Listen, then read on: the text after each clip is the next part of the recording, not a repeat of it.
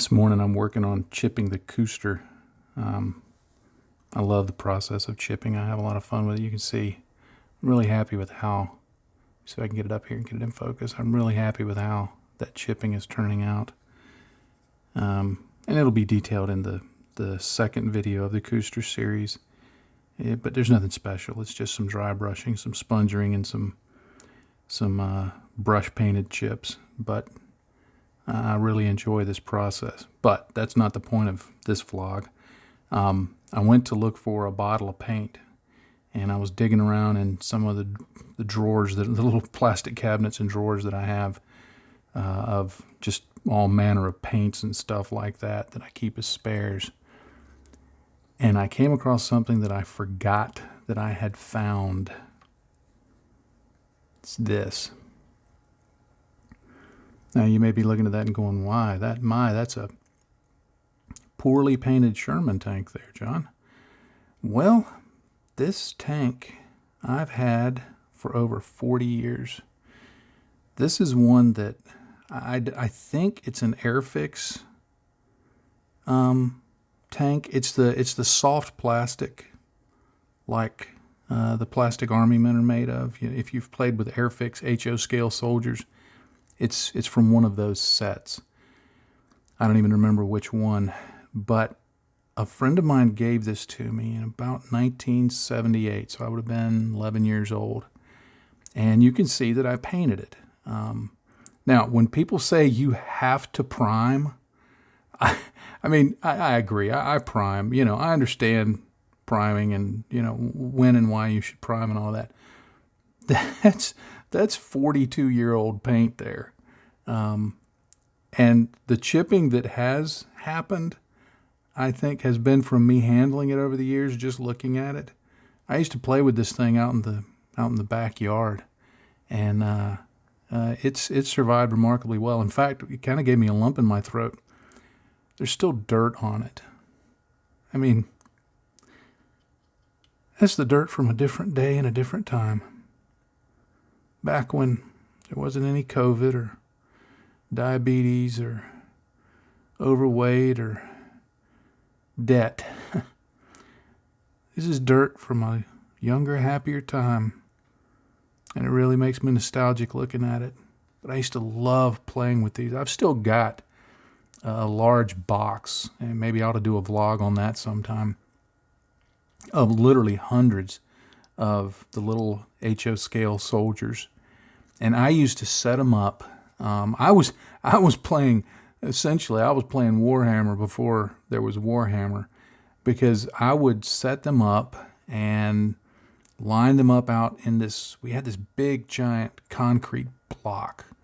They had done some remodeling on our house, and they had left some concrete chunks and poured some extra concrete over it, and they were going to clean it up. And I asked my mom, I said, can you tell them to leave that? Because it was like a big giant mountain with all sorts of little caves in it and all that. And I could stick my army men in it, and it had dirt in front of it, and I could play with my army men. But I would actually set them up, and I was very much into military history at the time, and I would set them up, and I would have, okay, here's a squad over here, and I would have 9 guys in that squad, and here's a squad over here, and here's this squad over here, and and I had Americans and British and Russians, and I had Germans and Italians and Japanese, and I would fight these World War II battles.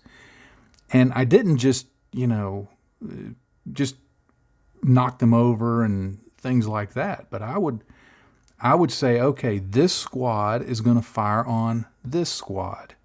And I would bring some dice with me, and I would roll a dice, and my rules were simple. 1 through 3 was a miss, 4 through 6 was a hit.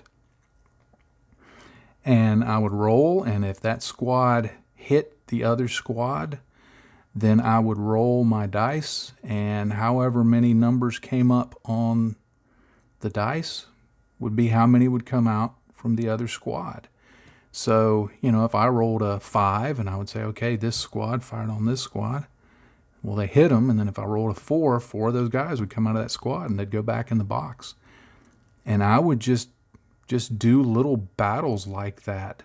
And Now, the whole time I'd roll the dice and and then I'd make the sounds, and I go, and all of that nonsense. But then I would take my tanks, and each turn, a tank could move 3 times its length. So I would, move forward like that, and I would, whatever distance the tank could move, the infantry could move half of that. So I mean, it was just this little simple set of rules that I had, and I would maneuver these things around the battlefield, and I had artillery, and I don't remember my exact rules for artillery, but it was a similar kind of thing that they would fire. And I remember now, I based it on playing Avalon Hill board games. I would say, okay, this artillery is going to fire, but it wouldn't land for 2 turns. And so I had some little thing to designate, okay, here's where I'm going to fire. Now, obviously I kind of cheated a little bit, because like if I knew I had called in artillery on these Germans or Italians or Japanese soldiers, because the Allies always won, they had to. That's just the way it was. If I called in fire on, say, this squad over here that was Germans, I'd make sure those Germans didn't move or anything like that. But I would spend hours painting the little vehicles, and I didn't paint the soldiers very much because handling them a lot, the paint just came right off. But for some reason, the paint has stuck on this model. Not all the paint, but a good bit of it has stuck on this model for years. And you can see parts have fallen off. There used to be little hatches right here, and there was a gun right there, and it had an antenna. And but it was a simple little model, had a hull, and you just snap those tracks on and snap the turret on, and you could traverse it around. And at some point, I don't know why I cut off the end of it. I guess I didn't like the way it looked or something. But I spent many an hour playing with my little toy plastic soldiers. I think that's one of the reasons that I like many of the Warhammer kits, especially the vehicles, is because they would have fit in so perfectly when I was a kid. I also, in addition to the HO scale soldiers, I bought a lot of Airfix 32nd scale figures. So I had some of the larger figures that I would play with, and I would mix. I didn't care. I would mix the big ones with the little ones. And I think that's one of the reasons that I have really enjoyed Warhammer, is because it's even though I don't play the game, it reminds me of the toy soldiers I had as a kid, the plastic tanks, the APCs, the artillery pieces, all of that stuff. It brings back a lot of memories. But anyway, I just happened to stumble across this as I was looking for something else. And man, this really takes me back. It really does.